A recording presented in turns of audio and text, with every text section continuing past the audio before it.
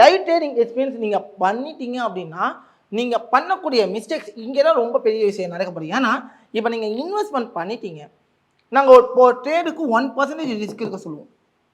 ஒரு 1,00,000 ரூபாய்க்கு 1% ரிஸ்க் அப்படின்னா எவ்வளோனா 1000 ரூபாய். ரைட்டா? கண்டிப்பாக நீங்கள் ப்ராஃபிட்லேயே இருக்க மாட்டீங்க. என்ன ஆகும்? ஒரு நாள் ப்ராஃபிட் வரும், ஒரு நாள் லாஸ் வரும். அதாவது கிராஃப் மாதிரி தான், ப்ராஃபிட் வருது லாஸ் வருது, ப்ராஃபிட் வருது லாஸ் வருது, இப்படி தான் நம்ம போவோம். ரைட்டா? அப்போது ஒரு ட்ரேடுக்கு கண்டிப்பாக 1% லாஸ் ஆகுதுல்ல, அந்த 1000 ரூபாய் லாஸ் ஆகுதுல்ல. அப்போ நீங்கள் என்னம்மா பண்ணுவீங்க? ப்ரோ எனக்கு இந்த 1000 ரூபாய் லாஸ் ஆயிடுச்சு, நான் என்ன தப்பு பண்ணேன், அந்த தப்பை நான் புரிஞ்சுக்கணும்னு சொல்லிட்டு என் பின்னாடி வருவீங்க. அந்த டவுட் கிளாரிட்டிக்காக நீங்கள் என்ன பண்ணலாம், தாராளமாக எங்கள் டீம் அப்ரோச் பண்ணுவீங்க. இதே நீங்கள் டெமோட்ரேட் பண்ணிங்கன்னா ப்ராஃபிட் வந்தாலும் அதை பற்றி யோசிக்க மாட்டீங்க, லாஸ் வந்தாலும் அதை பற்றி யோசிக்க மாட்டீங்க.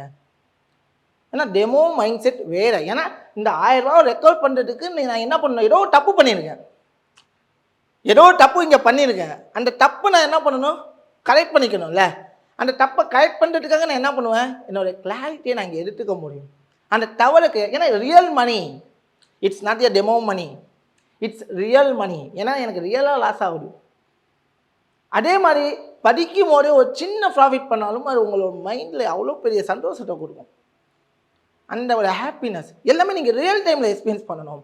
உங்களோட மைண்ட் செட்டை எப்படி கண்ட்ரோல் பண்ணணும், உங்களுடைய டெடிக்கேஷன், அதாவது நீங்கள் எந்த அளவுக்கு ஒர்க் பண்ணுறீங்க, என்ன மாதிரி ஒர்க் பண்ணுறீங்க அப்படிங்கிறதெல்லாம் உங்களுக்கு பண்ணணுங்கிறதுக்காக தான் நம்ம ட்ரேட் ஜீனியஸ் இந்த மாதிரி ஒரு விஷயத்தை இம்ப்ளிமெண்ட் பண்ணியிருக்கோம்.